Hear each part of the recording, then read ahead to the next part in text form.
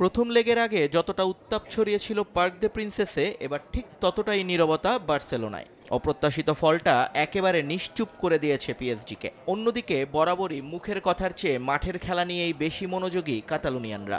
দ্বিতীয় লেগেও তাই চলছে তাদের প্রস্তুতি। লুইস কোম্পানির অলিম্পিক স্টেডিয়ামে কিছুটা এগিয়েই নামবে স্বাগতিকরা। প্রতিপক্ষের মাঠের গোল ব্যবধান আগের মতো বিবেচনায় না আসলেও ৩-২-এর জয় আত্মবিশ্বাস বাড়াচ্ছে বার্সা শিবিরের। পিএসজি সুপার স্ট্রাইকাররাও যে অপ্রতিরোধ্য নয় সেটা যে প্রমাণ করে এসেছেন তারা। এবার ধারাবাহিকতা রক্ষার লড়াই।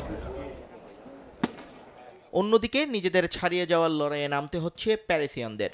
কোয়ার্টারের এক ম্যাচ ছাড়া বাকি সব ম্যাচেই নিজেদের আধিপত্য ধরে রাখতে সমর্থ হয়েছিল পিএসজি। পুরনো সেই দিন থেকেই আত্মবিশ্বাস খুঁজে বেড়াচ্ছেন ফুটবলাররা। সঙ্গে এমবাপ্পের ছন্দহীনতারও একটা সমাধান চায় তারা। একাদশ নিয়ে খুব একটা ভাবনা নেই বার্সেলোনার। আগের লেগের মতোই এখানেও থাকছেন না গাভি এবং আলেহান্দ্রো বালদে। উল্টো হুয়াও ক্যান্সেলো, ইনিগো মার্টিনেজ এবং লেভানডস্কির নিষেধাজ্ঞা কেটে যাওয়ায় ফুরফুরে মেজাজে আছেন জাভি হার্নান্দেজ।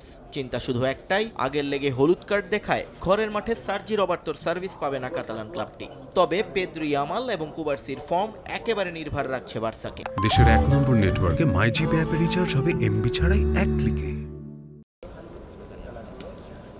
অন্যদিকে কিমপেম্বে, কুরজাওয়া এবং সার্জিও রিকোকে ডাগ আউটে রেখে গঞ্জালো রামোস এবং ওয়ারেন এমেরিকে নিয়ে একাদশ সাজাবেন লুইস এনরিকে। মাথায় আঘাত পাওয়ায় নর্ডি মুকেইলেকে বিশ্রামে রাখার সম্ভাবনাই বেশি। নিষেধাজ্ঞা কাটিয়ে উঠায় এই ম্যাচে আশরাফ হাকিমিকে ফিরে পাচ্ছে পিএসজি। এমবাপ্পের পাশে পুরনো ক্লাবের সঙ্গে রফাদফা করতে থাকবেন উসমান ডেম্বেলে। কাগজে কলমে এই ম্যাচের আগে বিশ্লেষকরা যাকেই এগিয়ে রাখুক না কেন, বাজির দর কিন্তু বলছে জিতবে বার্সেলোনাই। নিয়ন মোহাইমেন, সময় সংবাদ।